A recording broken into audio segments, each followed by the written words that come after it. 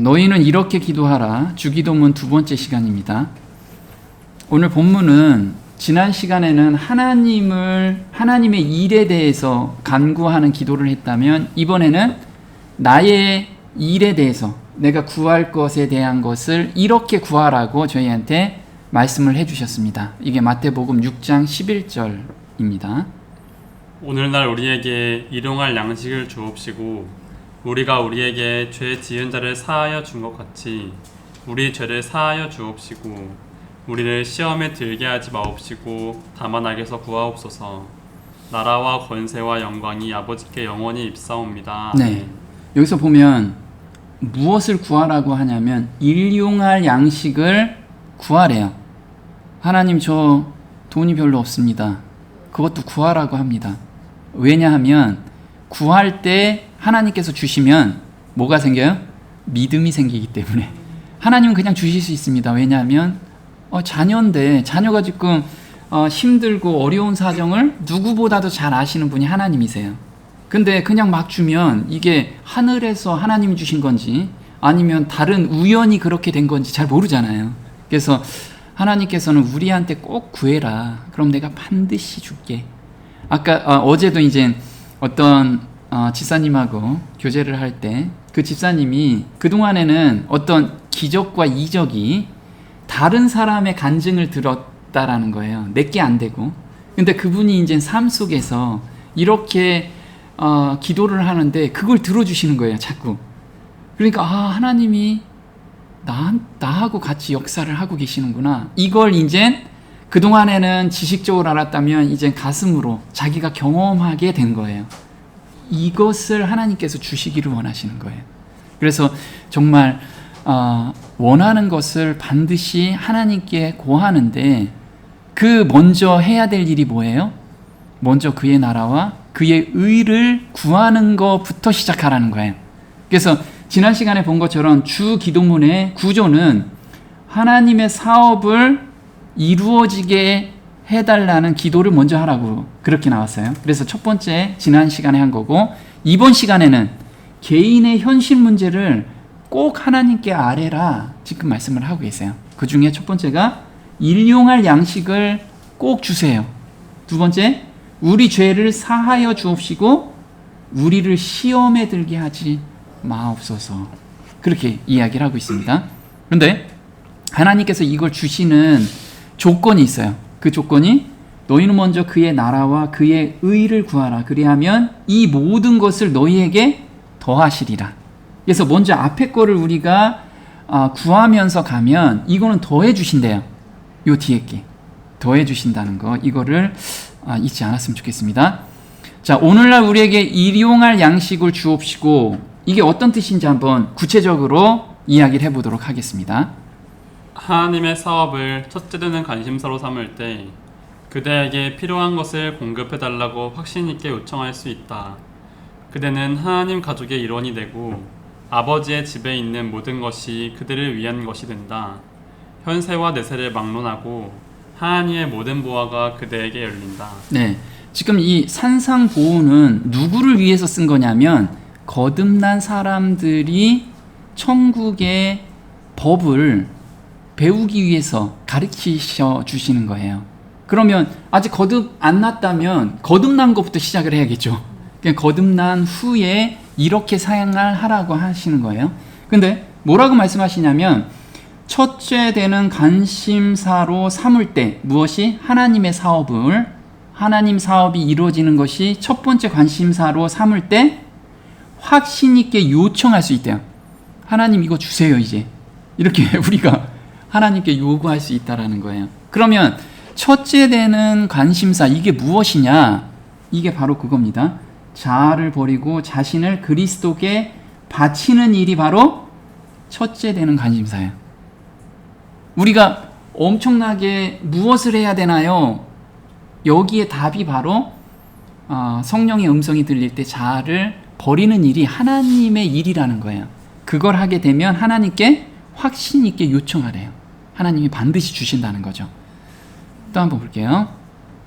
천사들의 봉사, 성령의 선물, 그분의 종들의 활동, 이 모두가 그들을 위한 것이다.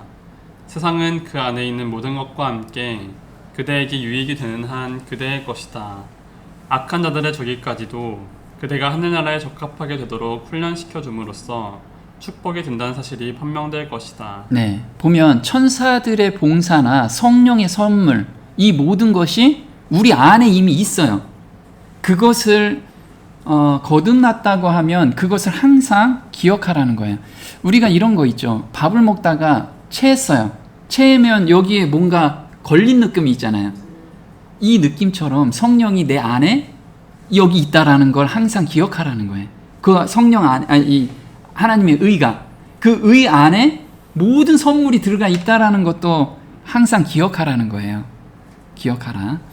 자, 그리고 여기서 악한 자들의 저기까지도 그대가 하늘나라에 적합하게 되도록 훈련시켜 줌으로써 축복이 된다는 사실이 판명될 것이다. 그래서 지금 우리한테 누군가가 핍박하고 어려운 일이 있다면 이게 하늘에 적합한 성품으로 훈련시키는 것이라고 나중에 우리는 알게 될 거예요. 근데 지금 알고 그걸 감사함으로 받는다면 더 은혜가 되겠죠.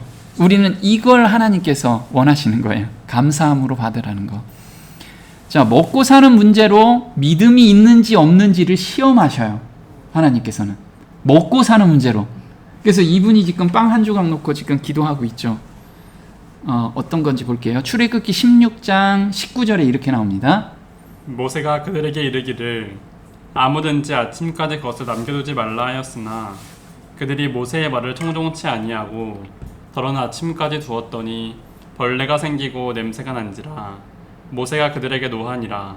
무리가 아침마다 각기 식량대로 거두었고 해가 뜨겁게 쪼이면 그것이 쓰러졌더라. 네, 지금 만나를 광야에서 이제 먹을 게 없는데 하나님께서 만나를 주셨어요. 만나를 주셨는데 조건이 있습니다.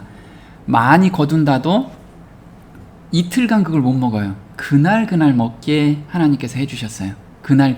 근데 부족함도 없고 넉넉함도 없이 필요를 채워주시는 하나님을 경험하기 위해서 이걸 주셨어요. 근데 사람들은 이걸 믿지를 못하는 거야, 하나님을. 왜? 내일 안 내릴 수도 있으니까 오늘 2배로 걷어놓은 거야. 그럼 그게 남아있는 건 다 썩었다라는 거예요. 근데 한두 번 하면 그게 이제 하나님께서 매일 주시구나, 이거를 생각해야 되는데 그렇게 못하고 계속 욕심을 더 부리는 사람들이 있었다라는 거죠. 또 한번 27절 볼게요. 제7일에 백성 중 더러가 거두러 나갔다가 얻지 못하니라. 여호와께서 모세에게 이르시되 어느 때까지 너희가 내 계명과 내 율법을 지키지 아니하느냐. 네, 지금 여기 보면 만나를 가지고 내 계명과 내 율례를 지키지 아니하려느냐 이렇게 나왔어요. 그거 연관을 시켰어요. 뭐냐면 안식일에는, 안식일 되기 전에는 전날에 2배로 거둬라, 그렇게 명령을 해주셨어요. 그러면 그 2배로 거둔 건 안식일에는 썩지 않을 거다라고 약속까지 주셨어요. 그런데 백성은 그 말씀을 믿지 못하고 안식일에 또 나가서 그게 없나 또 이렇게 갔던 거예요. 그래서 하나님께서 내 말을 너무 못 믿는다는 거예요. 뭐 때문에? 먹고 사는 게 불안해서. 이 불안함을 하나님께 맡겨야 되는데 하나님께 못 맡기고 있는 거예요, 계속. 이게 우리한테 지금 이야기를 하고 있는 거예요. 그래서 우리가 지금 먹고 사는 거에 넉넉하게 감사함으로 받아야 되는데 내일 일, 모레 일을 걱정하고 있어요. 앞으로 일어날 일에 대해서 걱정하면서 하나님이 주신 그 감사한 오늘 것을 감사하지 않는다는 거예요. 우리는 오늘 주신 거에 감사하라는 거예요. 오늘 주시는 거예요. 자, 한번 또 신명기 8장 2절에 이렇게 나옵니다. 이 40년 동안에 너로 광야의 길을 걷게 하신 것을 기억하라. 이는 너를 낮추시며 너로 줄이게 하시며 또 너도 알지 못하며 내 율조도 알지 못하던 만나를 내게 먹이신 것은 사람이 떡으로만 사는 것이 아니요 여호와의 입에서 나오는 모든 말씀으로 사는 줄을 너로 알게 하려 하심이니라. 그래서 하나님께서는 40년 동안 이 훈련을 시킨 거예요. 무엇을? 하나님 말씀을 의지하는 그 마음을 훈련시킨 거예요. 그래서 너희들 너무 걱정하지 마. 내가 너희들을 다 보호하는 하나님이야. 이것을 마음속에 믿음으로 자리 잡게 하기 위해서 40년 동안 훈련을 시킨 거예요. 40년 동안. 그래서 여기서 너를 낮추시며 라는 뜻은 뭐냐면 너의 지혜와 지식으로 먹고 사는 문제를 고민하지 말라. 온전히 하나님 의지하는 법을 배워라. 이거를 40년 동안 배운 거예요. 그럼 우리도 마찬가지겠죠. 우리도 지금 먹고 사는 거에 고민이고 걱정이라면 하나님을 믿어봐라. 하나님께 그걸 맡기고 먼저 하나님의 일을 구해봐라. 그러면 이 모든 것을 내가 더해줄게. 이 약속을 우리한테 지금 주고 계시는 거예요. 40년이 걸린 거죠. 제가 잠깐 간증을 하면요. 저는 이 온전한 빛을 받기 전에 저한테 주어진 빛 가운데서 저도 삶을 살게 된 거죠. 이때 제가 하나님을 만나고 나서 서원을 했습니다. 어떻게 서원을 했냐면 하나님, 앞으로 저의 삶을 하나님께 바치겠습니다. 시간뿐만 아니라 재물 모두 하나님의 것입니다. 들어오는 재물의 대부분을 성도 섬기는 일에 헌신했습니다. 그래서 제가 직장 생활하면서 돈 버는 거 최소 생활비만 빼고 거의 다 헌신을 했어요. 그걸 몇 년 동안 했냐면 10년 동안 그걸 했습니다. 그런데 유혹도 오겠죠. 근데 저는 놀랍게도 너무 은혜 가운데 살았어요. 20년이. 뭐냐면 먼저 그의 나라와 그의 의를 구하라. 그리하면 이 모든 것을 더하시리라. 이 말씀이 제 삶 속에서 체험으로 제가 경험하게 된 건데요. 이렇게 하면서 은혜 가운데 살았던 거는 뭐냐면 모임 가운데 성도들이 모여 있고 간증하는 곳에 매주 쫓아다녔어요. 그러니까 그게 너무 은혜가 되는 거예요. 그 은혜 따라서 제가 10년을 살았어요. 나중에 돌아보니까 그 시기가 너무 좋았던 거예요. 근데 하나님께서 우리를 굶기셨냐? 전혀 굶기시지 않으시고 너무 감사하면서 이 10년을 산 그런 경험으로 저를 인도해 가시더라고요. 그 후에 제가 하나님의 때에 또 다른 환경으로 저를 부르셔서 그 환경에 또 저를 훈련시키게 됩니다. 그래서 저는 여기까지 온 것이 하나님의 계획 안에 제가 저한테 주어진 작은 빛에 온전히 순종하려고 하는 그 마음으로 왔기 때문에 제가 여기까지 왔다라고 저는 생각을 하고요. 앞으로도 하나님께서 저를 인도해 가실 거라는 그 확신이 있습니다. 그래서 과거를 보면 미래가 어떻게 전개될지 우리한테 하나님이 나한테 있는지 없는지 그거를 알 수 있다라는 거예요. 그래서 저는 우리 성도님들이 과거를 한번 돌아보셨으면 좋겠어요. 여기까지 이 복음까지 안 것은 하나님의 역사가 아니면 절대 불가능한 일들이거든요. 그 은혜를 우리가 정말 한번 생각해 본다면 하나님이 정말 내 삶을 주관하고 계시구나. 이것을 우리가 느끼게 될 겁니다. 그래서 시편 37편 25절에 내가 어려서부터 늙기까지 의인이 버림을 당하거나 그 자손이 걸식함을 보지 못하였도다. 그래서 여기서 의인이라는 건 뭐예요? 내가 의롭게 살아서 아니라는 거죠. 내 죄를 예수님께 온전히 드리는 자가 의인이라는 거예요. 그 의인은 하나님이 절대 걸식하게 내버려 두지 않는다라는 거죠. 자, 우리에게 다 주지 못하는 것은 미워서가 아니라 관리를 못해서. 우리가 어린아이 초등학교 6학년한테 100억을 주면 관리를 못하잖아요. 걔한테 줄 거는 100만 원도 크잖아요. 10만 원만 줘도 넉넉한 10,000원만 줘도 돼. 그래서 우리한테 10,000원만 주는 거야. 관리를 못해서. 근데 이걸 훈련을 통해서 정말 온전히 훈련이 된 사람은 하늘의 모든 것을 퍼부어줘요. 이게 사도들이 그걸 다 받은 거예요. 그 훈련이 됐기 때문에. 그래서 스테반도 그런 걸 다 받은 사람들이죠. 한번 누가복음 16장 10절 한번 볼게요. 지극히 작은 것에 충성된 자는 큰 것에도 충성되고 지극히 작은 것에 불의한 자는 큰 것에도 불의하니라. 너희가 만일 불의한 재물에 충성치 아니하면 누가 참된 것으로 너희에게 맡기겠느냐. 너희가 만일 남의 것에 충성치 아니하면 누가 너희의 것을 너희에게 주겠느냐. 네, 여기서 보면 지극히 작은 것에 충성된 자, 이게 어떤 뜻이냐면 불의의 재물로 친구를 사귀라, 세상 재물로 어려운 이웃을 돌보며 복음 전하는 일에 사용하는지를 시험해 보세요. 그래서 우리한테 작든 크든 각자한테 하나님께서 허락한 재물이 있어요. 작든 크든. 근데 그 재물을 넌 작으니까 저 먹고 사는 데만 쓸 거예요, 이런 마음이냐? 그래서 지극히 작은 것에 충성된 자, 그 작은 것을 이웃을 위해서 아니면은 그 복음 전도하는 일에 마음을 얼만큼 썼느냐, 이걸 보신다는 거예요. 이게 충성됨을 시험해 보시는 거예요. 그래서 이게 훈련이 된 사람한테는 정말 큰 것도 주신다는 거죠. 자, 남의 것에 충성치 아니하면, 근데 이 작은 것도 누가 주신 거예요? 네, 우리는 내가 능력이 좋아서 받았다고 생각하지만 하나님이 주신 거라는 거예요.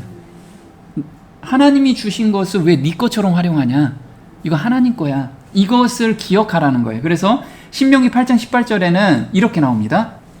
기억하라. 그가 내게 재물 얻을 능을 주셨습니다. 이같이 하심은 내 열조에게 맹세하신 언약을 이루려 하심이니라. 네, 지금 뭐라고 써 있냐면 기억하래요.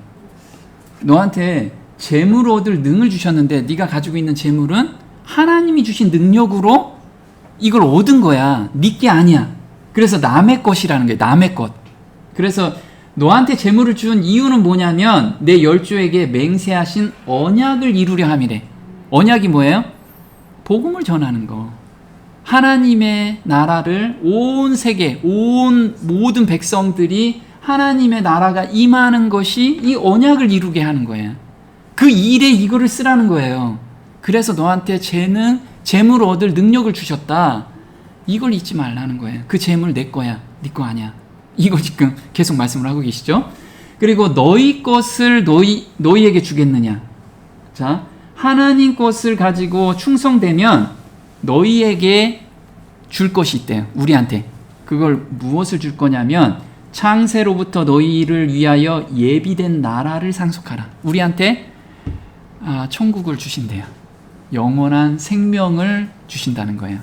영생과 그것에 수반되는 축복이나 기쁨이 우리 것이라는 거예요. 이걸 주신다는 거예요. 그러면 앞으로 영광의 왕국을 우리한테 주셔요. 그럼 이 땅에서는 은혜의 왕국, 내 안에서 아까 그 교과 공부에서 평안함, 하나님의 평안함 가운데서 이 땅에 살 수 있는 그걸 우리한테 주시겠다는 거예요. 우리 환경에 너무 힘들고 어려워도 평안한 가운데 살 수 있게끔 우리를 인도해 가시겠다는 거예요. 너무 감사가 되죠. 한번 볼게요. 그대는 아직 유업을 관리할 처지에 이르지 않은 어린 아이와 같다. 하나님께서는 사탄이 에덴 동산에서 최초의 부부에게 한 것처럼 교활한 방법으로 그들을 유혹하지 못하도록 그대에게 귀중한 것을 맡기지 않으신다. 그리스도께서 그들을 위하여 그것을 약탈자의 손이 미치지 못하도록 안전하게 붙들고 계신다. 그대는 어린아이처럼 매일 그날에 필요한 것들을 받게 될 것이다. 매일 우리에게 일용할 양식을 주옵소서 라고 기도해야 한다. 내일을 위하여 넉넉하게 소유하지 못할지라도 낙담하지 말라. 네, 그래서 아직 유업을 관리할 처지에 이르지 않은 어린아이이기 때문에 모든 걸 주지 않으신다. 그런데 반드시 주세요. 엄청나게 큰 것을, 훈련이 된 사람한테. 그래서 지금 우리한테 주어진 작은 것에 충성해보자는 거예요. 충성하자. 친구를 사귀라. 불의한 재물로. 그래서 내 재능과 내 소유를 가지고 한번 이웃을 섬기고 그 다음에 복음 전도하는 일에 이걸 한번 써봐라. 하나님이 정말 엄청난 축복을 주는지 안 주는지 한번 시험해봐라. 이걸 지금 우리한테 계속 말씀을 하고 계세요. 하나님이여 가난한 자를 위하여 주의 은택을 준비하셨나이다. 시편 68편 10절인데요. 하나님께서는 가난한 자를 위해서 주의 은택을 준비하셨대요. 그럼 우리한테 재물을 맡기신 건 가난한 자를 위해서 맡기신 거예요. 이걸 우리가 꼭 기억해라. 지금 그 말씀을 하세요. 우리는 자신은 물론 다른 사람을 위해서도 기도한다. 그러면서 하나님께서 우리에게 주시는 것은 우리만을 위한 것이 아님을 인정하게 된다. 하나님께서 믿고 우리에게 주시는 것은 우리로 하여금 굶주린 사람들을 먹일 수 있도록 하기 위함이다. 그래서 하나님께서는 작든 크든 믿고 우리에게 주신대요. 아, 너 다른 사람한테 도와줄 거지 하면서 믿고 줬는데 자기가 착복해. 다른 데로 못 나가게 해. 그럼 하나님이 너무 슬퍼하시고 그 사람한테 계속 버줄 수가 없는 거예요. 왜? 거기서 탁 멈추니까. 자, 육신의 양식뿐만 아니라 영의 양식도 같이 구하라고 지금 말씀을 하고 계세요. 요한복음 6장 27절에 이렇게 나옵니다. 썩는 양식을 위하여 일하지 말고 영생하도록 있는 양식을 위하여 하라. 네. 그래서 우리가 우리의 육신적인 유익을 구하는 거 당연히 구해야 돼요. 왜? 먹고 못 살면 안 되니까. 하나님께 달라고 하는데 그것뿐만 아니고 영생하도록 있는 양식을 위해서 구하라고 합니다. 근데 이 양식이 어떤 거냐? 요한복음 6장 51절입니다. 나는 하늘로서 내려온 산 떡이니 사람이 이 떡을 먹으면 영생하리라. 네, 예수님을 먹으라는 거예요. 예수님을 먹으라는데 이 예수님을 먹는다는 의미가 무엇인지 한번 볼게요. 일용할 양식을 위한 기도에는 육신을 유지해줄 양식뿐 아니라 영혼에게 양분을 공급하여 영생하게 할 영적 양식도 포함되어 있다. 우리의 구주께서는 생명의 양식이시다. 그러므로 우리는 그분의 사랑을 바라보며 그것을 심령 가운데 받아들임으로써 하늘에서 내려온 양식을 먹게 된다.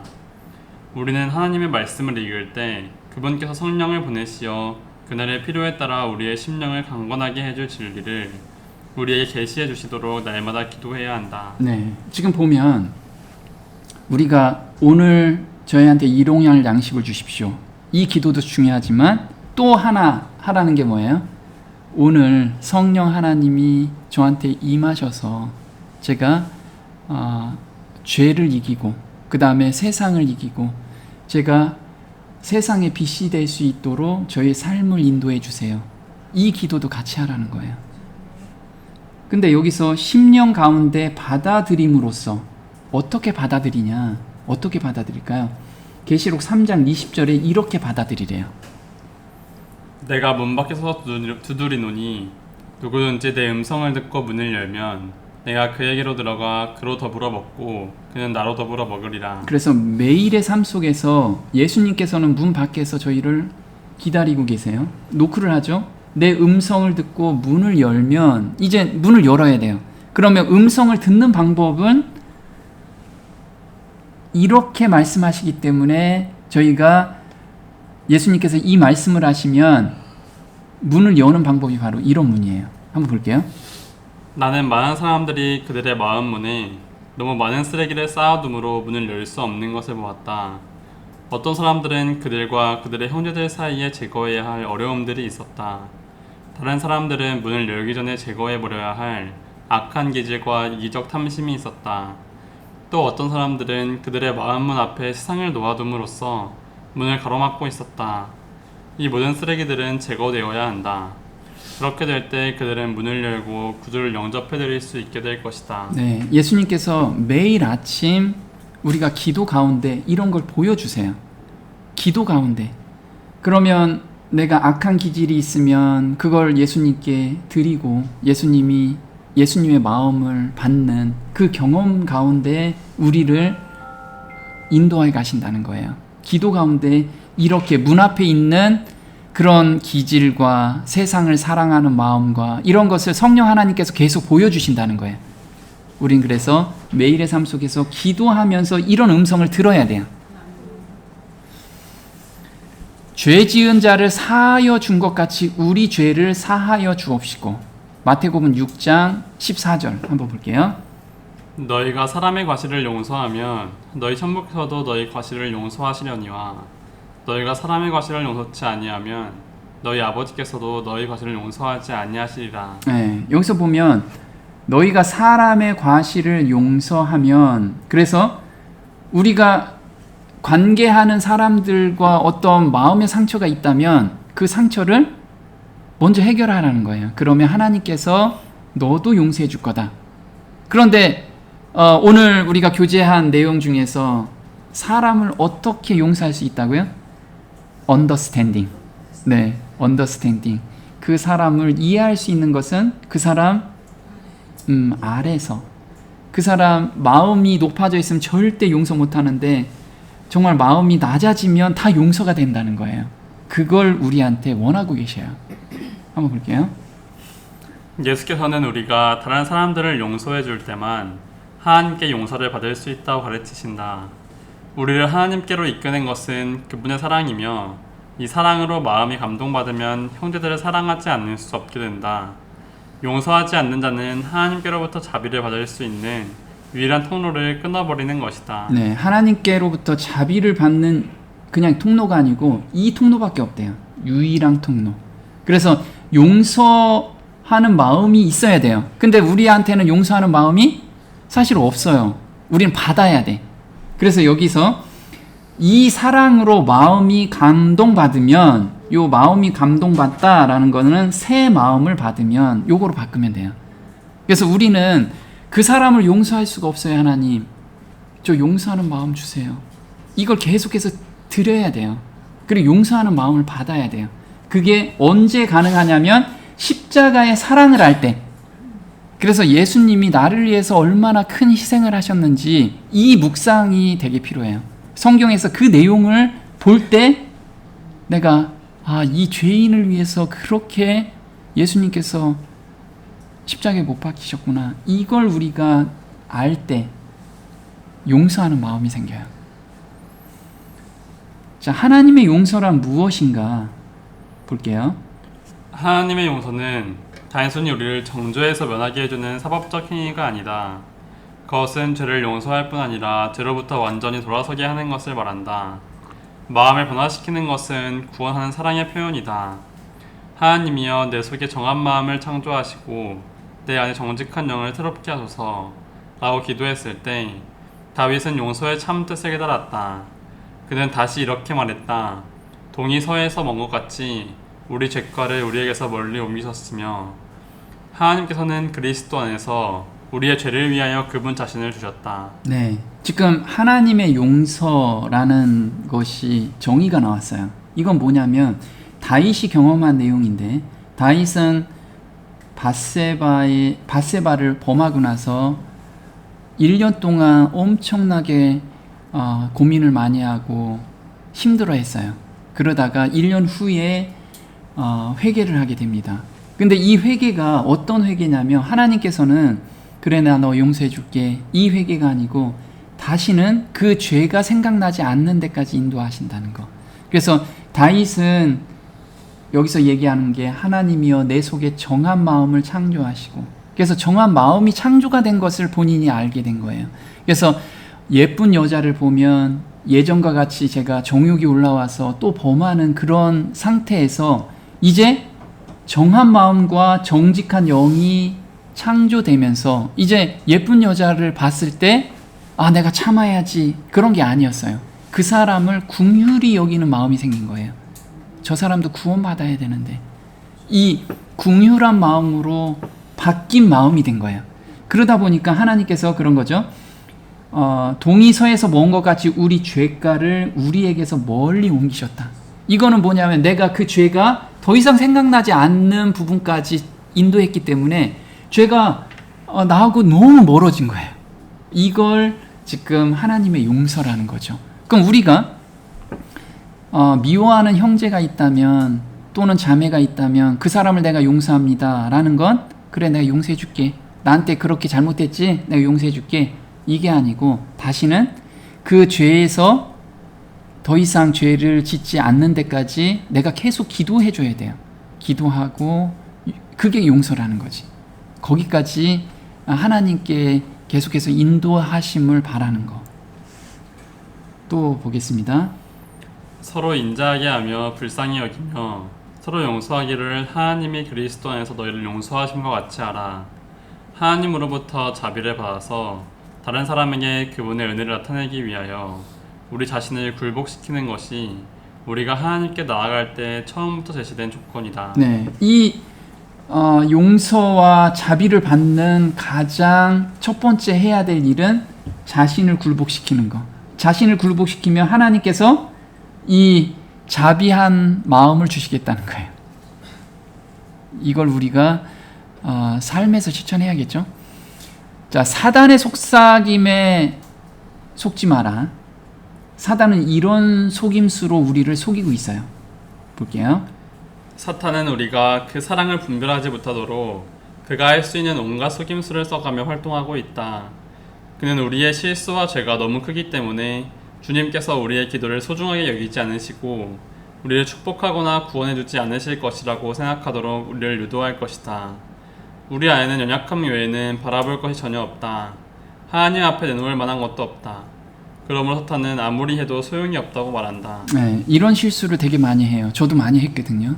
제가 저를 돌아보면 정말 용서받지 못할 그런 죄된 생각과 그 다음에 세상을 사랑하는 그런 마음이 있어서 내가 이렇게 해도 하나님께 돌아갈 수 있나? 이때가 하나님께 돌아가는 가장 최적이라는 거예요. 그래서 너는 안 돼라고 사단이 우리한테 속삭일 때 그건 속임수라는 거예요. 하나님께서는 죄인을 부르러 우리한테 왔기 때문에 죄인은 의원이 필요하잖아요. 그래서 예수님께 그때가 갈 때라는 거예요. 그때 기도로 우리가 가야 될 때라는 거예요. 그래서 어제 어떤 자매님한테 전화가 왔는데 자기 죄가 너무 많이 보여서 지금 펑펑 울면서 저한테 전화가 왔더라고요. 근데 하나님이 저를 버린 것 같아요. 이렇게 얘기를 하셨는데 그때가 바로 하나님이 찾는, 하나님이 내가 여기 있다, 이것을 보여주기 위해서 거기까지 인도하신 거예요. 그때 하나님께 계속 매달리면 하나님이 계시다는 것을, 임재하심을 느끼게 될 겁니다. 경험하게 될 거예요. 말씀으로 주시면서 경험까지 인도해 가실 겁니다. 또 볼게요. 죄를 범하여 기도할 수 없다고 느낄 때가 바로 기도해야 할 때이다. 부끄럽고 매우 비참한 생각이 들지 모르지만 기도하고 믿어야 한다.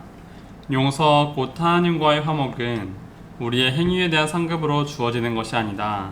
죄 많은 인간의 공로로 주어지는 것도 아니요, 오직 그리스도의 완전한 의의 근거를 둔 선물로 주어지는 것이다. 네, 우리가 착각하는 게 뭐냐면 이스라엘 백성들은 죄를 지면 양을 끌고 성소에 왔습니다. 그러면 제사장이 내 죄를 그 양한테 다 고하면 제사장이 이제 나를 체크하지 않아요. 너 죄인이지, 이런 죄 졌고 이런 죄 졌고, 너 몸 상태 보니까, 마음 상태 보니까 아직 용서 안 됐어, 이렇게 보시는 게 아니고 양을 보신다는 거예요. 양이 온전한지 안 한지. 그래서 우리는 내 죄가 주홍빛 같다 할지라도 하나님께서는 나를 보는 게 아니고 내가 그 죄를 예수님께 전가했느냐, 기도로 전가했느냐, 이것만 보신다는 거예요. 그래서 하나님께서는 예수님만 보시는 거예요. 그건 예수님은 온전하신 분이기 때문에 저를 볼 때 예수님 안에서 보기 때문에 저를 온전하게 보신다는 거예요. 그래서 그리스도의 완전한 의의 근거를 둔 선물로 주어진다는 거예요. 이게 그 의미라는 거죠. 그래서 그리스도의 완전한 의, 이것이 우리한테 하나님 앞에 설 수 있는 근거라는 거예요. 그래서 한번 볼게요. 오직 너 하나님의 사람아, 이것들을 피하고 의와 경건과 믿음과 사랑과 인내와 온유를 좇으며 믿음의 선한 싸움을 싸우라. 영생을 취하라. 이를 위하여 내가 부르심을 입었고 많은 증인 앞에서 선한 증거를 증거하였도다. 네, 요즘 우리가 계속 공부하는 거, 의와 경건과 믿음과 사랑과 인내와 온유는 우리 안에 없죠. 누구한테 있어요? 예수님이 우리한테 주신 씨 안에 있다는 거예요. 의 안에 있다는 거예요. 이게 의. 예수님이 우리한테 나눠준 씨 안에. 그래서 거듭나는 경험을 하게 되면 씨가 우리 안에 이제 심겨져 있어요. 그럼 그 씨 안에 의, 경건, 믿음, 사랑이 다 있다라는 거예요. 그래서 우리한테 부족한 게 없다라는 거예요. 우리는 그 씨에서만 다 보물처럼 매일 끄집어쓸 수 있어요. 그래서 이 씨 안에 의, 온유, 믿음, 경건, 사랑, 인내가 있다라는 거죠. 한번 베드로후서 1장 3절에 이렇게 나옵니다. 그의 신성의 능력이 생명과 경건에 속한 모든 것을 우리에게 주심에 따라 그에 관한 지식으로 말미암아 우리를 영광과 덕에 이르도록 부르셨으니. 네, 자, 신성의 능력이 생명과 경건에 속한 모든 것을 우리한테 주셨대요. 그 생명과 경건에 속한 모든 것이 바로 의와 경건과 믿음과 사랑과 인내와 온유라는 거예요. 내가 인내가 없고 온유가 없다면 내 안에 심겨놓은 씨 안에 그게 있는 거예요. 그래서 그리스도한테 제가 성령 하나님께 기도하면서 그 의를 저한테 주세요 라고 하면 이 의가 우리한테 나오게 되는 거예요. 능력으로 역사하게 되는 거예요. 매일의 삶 속에서. 그래서 우리는 좀 주세요가 아니고 이미 받은 능력을 활용하는 거예요. 받은 능력을. 그걸 기억해야 돼요. 그 생각을 우리가 전환해야지만 세상과 그 다음에 걱정, 근심에서 온전히 벗어날 수가 있어요. 자, 우리를 시험에 들게 하지 마옵시고 다만 악에서 구하옵소서. 13절 내용이 어떤 내용인지 볼게요. 하나님은 악에게 시험을 받지도 아니하시고 친히 아무도 시험하지 아니하시느니라. 네, 그래서 하나님께서는 시험을 받지도 않으시고 시험하시지도 않는다고 이렇게 나와요. 근데 시험은 죄를 짓도록 유인한다. 당연히 하나님께로부터 오는 것이 아니라 사탄과 우리 마음속의 악으로부터 오는 거다. 그래서 하나님께서는 그 시험을 허락해 주신다는 거예요. 왜? 우리 성품을 변화시켜 주기 위해서. 보겠습니다. 악에서 보호를 받을 수 있는 유일한 안전책은 그리스도의 의를 믿는 믿음을 통하여 그분께서 우리의 마음속에 거하시게 하는 것이다. 시험이 우리를 지배하는 이유는 우리의 마음에 이기심이 존재하기 때문이다. 그러나 우리가 하나님의 위대한 사랑을 바라볼 때 이기심은 가증하고 불쾌한 그 특성 그대로 우리에게 나타나게 되고 우리는 이기심을 마음에 쫓아내고자 갈망할 것이다.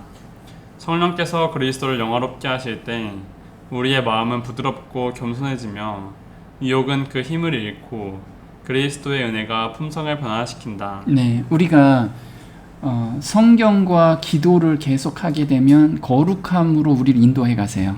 그럼 우리가 성경을 통해서 기도를 할 때 우리의 이기심이 보여지잖아요. 그건 성령 하나님께서 우리한테 보여주시는 거예요. 그때 우리는 여기에서 벗어나고 싶어요. 그 갈망이 생긴다는 거예요. 예수님, 저 여기에서 좀 벗어나고 싶어요. 그 갈망이 생길 때 예수님께서는 그걸 딱 잡으시고 그 갈망을 이루시기 위해서 인도해 가신다는 거예요. 그래서 그리스도의 의를 믿는 믿음, 이게 뭐라고 그랬죠? 우리 안에 있는 씨를 믿는 믿음. 이 씨 안에 우리가 모든 것을 할 수 있다. 그래서 그 말하는 것이 이를 줄 믿고 마음에 의심치 아니하면 그대로 되리라. 무엇이든지 기도하고 구하는 것은 받을 줄로 믿으라 라고 써있지 않고 받은 줄로 믿으라. 그리하면 너희에게 그대로 되리라.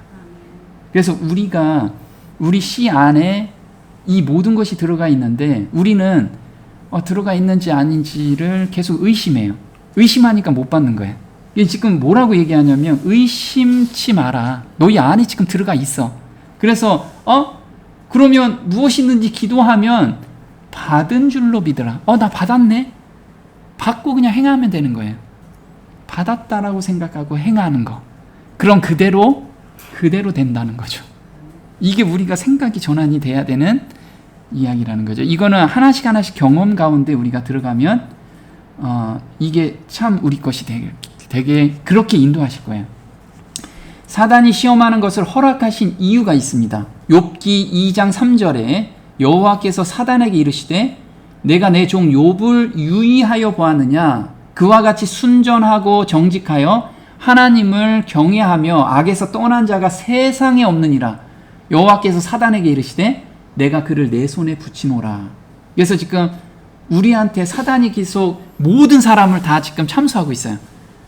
그래서 내 백성이야, 내 자녀야. 그러니까 사단이 아닌 것 같아요.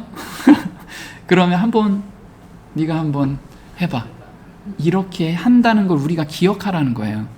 그래서 지금 막 침륜에 빠지지 말라는 거예요. 이거는 하나님께서 허락하신 일이고 하나님께서는 반드시 피할 길을 주신다는 거. 그래서 계속 성경에서 이 이야기를 써놓는 이유는 이거 너희 품성을 바꾸기 위한 훈련장이야. 그렇게 생각하고 제발 좀 낙심하지 마. 이걸 지금 우리한테 말씀을 하고 계시는 거예요. 볼게요. 그분께서는 우리에게 장애와 핍박과 난관을 허락하시되 저주가 아닌 우리 생에 가장 큰 축복을 허락하신다. 우리가 맞선 모든 시험과 우리가 용감하게 견딘 모든 시련은 우리에게 새로운 경험을 주며 품성 형성이라는 과업에서 우리를 전진하게 한다. 하늘의 능력으로 시험에 대항하는 사람은 세상과 하늘 우주에 그리스도의 은혜가 유효함을 나타낸다. 네, 지금 보면 장애와 핍박과 난관을 허락하신 것은 가장 큰 축복이라는 것을 한번 경험적으로 알았으면 좋겠다. 하나님이 그 얘기를 하세요. 그래서 이 가장 큰 축복이라는 건 나중에 너희들이 예수님을 만나고 우리가 천년왕국에서 보면 그때가 정말 제 성품, 이 성품 때문에 그랬군요. 이 성품 때문에 그랬군요. 이걸 우리가 그때 가서는 알 거예요. 근데 만약에 지금 알고서 이걸 우리가 용감하게 견딘 모든 시련은, 그래서 우리가 그렇게 용감하게 한번 그 시련을 견뎌봐라. 그러면 정말 새로운 경험을 주시며 품성 형성이라는 과업에서 우리를 전진하게 한다. 모든 것은 우리 품성 형성을 위한 거라는 거예요. 왜 품성 형성을 하나? 우리가 천국에 합당한 사람을 만들기 위해서 하시는 거예요. 하나님의 인도하심에 맡겨야 안전하다. 볼게요. 시련이 아무리 심할지라도 우리는 낙담하지 말아야 한다. 또한 우리 자신의 악한 마음에서 비롯된 욕망이 이끄는 대로 가지 않도록 해주시길 하나님께 기도해야 한다. 우리는 그리스도께서 가르쳐주신 기도를 드릴 때에 자신을 안전한 길로 인도해 주시기로 간구하며 우리 자신을 하나님의 인도하심에 맡겨야 한다. 우리 스스로 택한 길을 가고자 고집하면서 이와 같은 기도를 진지하게 드릴 수는 없다. 우리는 우리를 인도하실 그분의 손을 기다리며 이것이 정로니 너희는 이리로 행하라 라고 말씀하시는 그분의 음성에 귀를 기울여야 한다. 네, 보면 우리 대다수의 사람들은 시련이 아무리 심할지라도 우리는 낙담하지 말아야 한다. 근데 대다수는 낙담하기 때문에 이렇게 써 있는 거예요. 시련이 오면 낙담이 돼요. 왜 저한테 이런 고민이 있어요? 저한테 왜 이런 시련이 있나요? 이런 낙담은 절대 하지 말라는 거예요. 왜? 우리의 지금 품성을 형성하는 훈련장인데 왜 이걸 모르느냐? 지금 그 이야기를 하고 계시는 거예요. 그래서 스스로 택한 길을 가고자 고집하면 이거는 내 생각, 내 뜻, 이것을 의미해요. 어떤 일이 있을 때 이거는 내가 기존에 가지고 있던 생각, 경험, 이거 가지고 하지 말라는 거예요. 우리의 기준은 이것이 정로니 너희는 이리로 행하라. 정로가 어디에 있어요? 성경에 있잖아요. 성경의 기준이 돼서, 그리고 우리 마음판에 새겨주신 그 시의 기준이 돼서 성령께서 알려주시는 대로 가라는 거예요. 이게 정로라는 거죠. 하나님께서 꼭 붙들어 주시고 계신다. 사탄이 밀 까부르듯 하려고 너희를 청구하였으나 그러나 내가 너를 위하여 내 믿음이 떨어지지 않기를 기도하였노니. 그래서 예수님께서는 각 사람이 이런 시련이 있을 때 떨어지지 않도록 매 시간 기도하고 계세요. 예수님이 매 순간 기도하고 계시다는 걸, 그걸 기억해라. 지구에서 너 혼자 있는 것처럼 예수님은 온 힘을 다해서 떨어지지 않도록 기도하고 있다라는 거, 그거 잊지 마라. 지금 저희한테 말씀을 하고 계세요. 볼게요. 그리스도께서는 그분이 위하여 돌아가신 사람을 결코 버리지 않으실 것이다. 사람은 혹시 그리스도를 떠나고 유혹에 넘어질지 모르나 그리스도께서는 자신의 생명을 속량물로 바친 그를 결코 버리거나 돌아서지 않으신다. 만일 우리가 영적인 눈을 뜬다면 사람들이 압박에 눌리고 슬픔에 잠겨 마치 가득 짐을 실은 마차처럼 짓눌려 낭만 가운데서 죽어가는 것을 보게 될 것이다. 네, 우리는 영적 눈을 좀 띄워보라는 거예요. 예수님께서 우리를 위해서 얼마나 애타게 기도하고 계시는지 그게 보일 거라는 거죠. 그걸 못 보면 이렇게 마차처럼 짓눌려 낭망에 떨어진다는 거예요. 그래서 우리 정말 이 영적 눈을 좀 떠달라고 기도해야 돼요. 자, 하늘의 천사들은 이 영혼들을 포위하고 있는 악의 군대를 물리치고 그들을 인도하여 확실한 기초 위에 설 수 있게 해준다. 이 두 군대 사이에서 벌어지고 있는 싸움은 세상의 군대들이 싸우는 것처럼 실제적이며 그 영적 투쟁의 결과에 영원한 운명이 달려있다. 그래서 우리는 그냥 아니라는 게 아니라는 거예요. 실질적인 싸움이라는 거 꼭 잊지 않았으면 좋겠다라는 거죠. 자, 나라와 권세와 영광이 아버지께 영원히 있사옵나이다. 자, 그리스도를 따르는 자들은 소망이 사라졌다거나 하나님께서 세상을 버리셨다는 생각으로 두려워하지 말아야 한다. 우리 혹시 그런 시련이 왔을 때 정말 하나님 계신가요? 이런 마음 절대 갖지 말아야 된다는 거예요. 권세와 영광은 하나님께 속해 있으며 그분의 위대한 목적은 흐트러짐 없이 완성을 향하여 계속 전진하고 있다. 매일의 필요를 아뢰는 기도에서 그리스도의 제자들은 모든 죄악의 권세와 지배를 초월하여 세상 모든 나라를 다스리며 그분의 아버지이자 영원히 그들의 친구가 되시는 그들의 주 하나님을 바라보라는 지시를 받았다. 자, 이게 어떤 뜻인가? 권세와 영광. 우리가 매일의 삶 속에서 필요를 아뢰라고 하고요. 또 모든 죄악의 권세와 지배를 초월할 수 있대요. 그 권세를 주셨대요. 그래서 원수의 모든 능력을 제어할 권세를 주셨으니 너희를 해할 자가 결단코 없으리라. 그래서 이 능력이 어떤 능력이냐면 듀나미스, 사단이 가지고 있는 능력이에요. 천사들이 가지고 있는 능력. 근데 우리한테는 그거보다 더 큰 능력을 주셨대요. 어떤 능력이요? 그 능력을 제어할 권세. 그래서 하나님께서 이 권세는 엑수시아라고 하는데 권력자의 권세, 듀나미스보다 월등한 힘이에요. 월등한 힘. 그래서 하나님께서 말씀하시면 이루시는 그 권세를 주셨다. 그래서 우리가 죄된 생각이나 세상 욕망이 왔을 때 말로 다 주 예수 그리스도의 이름으로 명하노니 내 안에서 떨어져라 하면 나가는 힘을 주신다는 거예요. 그 능력을 주셨다는 거예요. 이게 될까 말까가 아니고 주셨어요. 그래서 우리는 그걸 믿고 이야기하면 된다는 거예요. 그래서 마태복음 4장 10절에 이렇게 나옵니다. 이에 예수께서 말씀하시되 사단아 물러가라. 이에 마귀는 예수를 떠나고 천사들의 수종드니라. 네, 여기서 사단아 물러가라, 이 권위 있는 말에 사단은 접근을 못한다는 거예요. 우리도 예수님의 이름으로 물러나라 하면 그 생각들이 다 물러난다는 거예요. 그래서 우리 삶 속에서 정말 예수님께서 내 안에 계시고 그 능력이 얼마나 큰지를 우리가 생각하고 경험하게 된다면 세상의 유혹도 우리한테는 큰 유혹이 안 된다는 거예요. 넉넉히 이길 수 있다는 거예요. 그걸 우리가 매일 경험하는 저와 여러분이 됐으면 좋겠습니다. 오늘 여기까지 하겠습니다.